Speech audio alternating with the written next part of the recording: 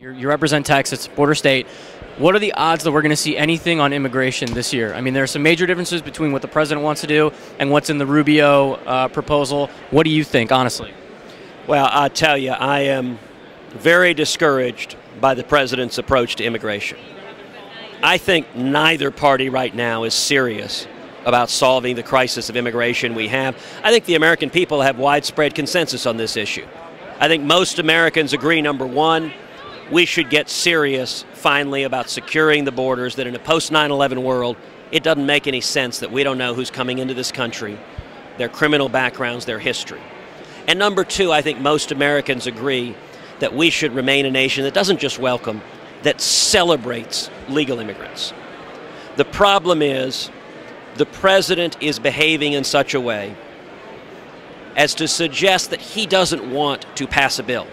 He doesn't want to actually compromise and get something accomplished on immigration. What he wants to do is have a political issue. Do you believe the president when he says that his proposals for added investment, infrastructure spending, education spending, clean energy spending, do you believe him when he says they would not add to the deficit? That has not been the case for one day in which he has been in the White House. Every year he's been in the White House, his budgets have exceeded $1 trillion in deficits. Congressman, let me ask you about deficit reduction. Were you satisfied with what the president had to say about that? You know, now that's something that broke my heart. When I heard him say that we can do these things without spending a dime or increasing our deficit a dime, that's exactly what he said about Obamacare. Do you think House Republicans will give the president what he wants on the added investments, you know, the infrastructure spending, the education spending? What's your prediction for that? When he talks about added investment, he wants more and more taxes.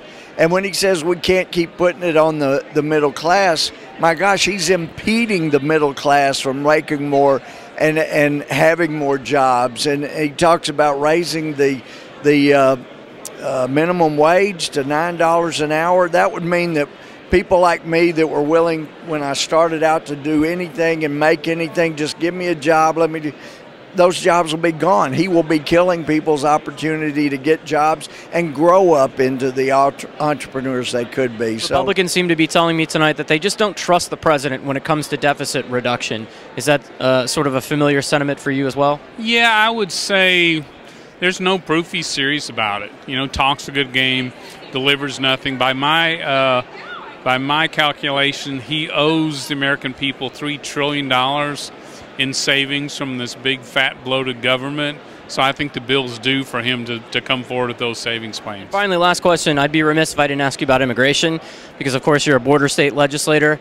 What did you think about his talk about immigration? It was essentially rehashing what he's already said, which is that he wants eventually a pathway to citizenship. But he also talked about securing the border. He gave that a nod. Do you trust him? Do you think he's serious about really reinforcing the border security? You know, I'm skeptical. The truth is most of the gains in border security have come from this very poor economic recovery, not from border security along the border. I think we need to shut the back door of illegal immigration so we can keep open the front door of legal immigration. I don't think he's serious about shutting the back door. And I just personally think citizenship should be reserved for those who come through the front door of legal immigration. We can talk a guest worker program. We can talk some other issues. To me, that citizenship should be for those who've come through the front door.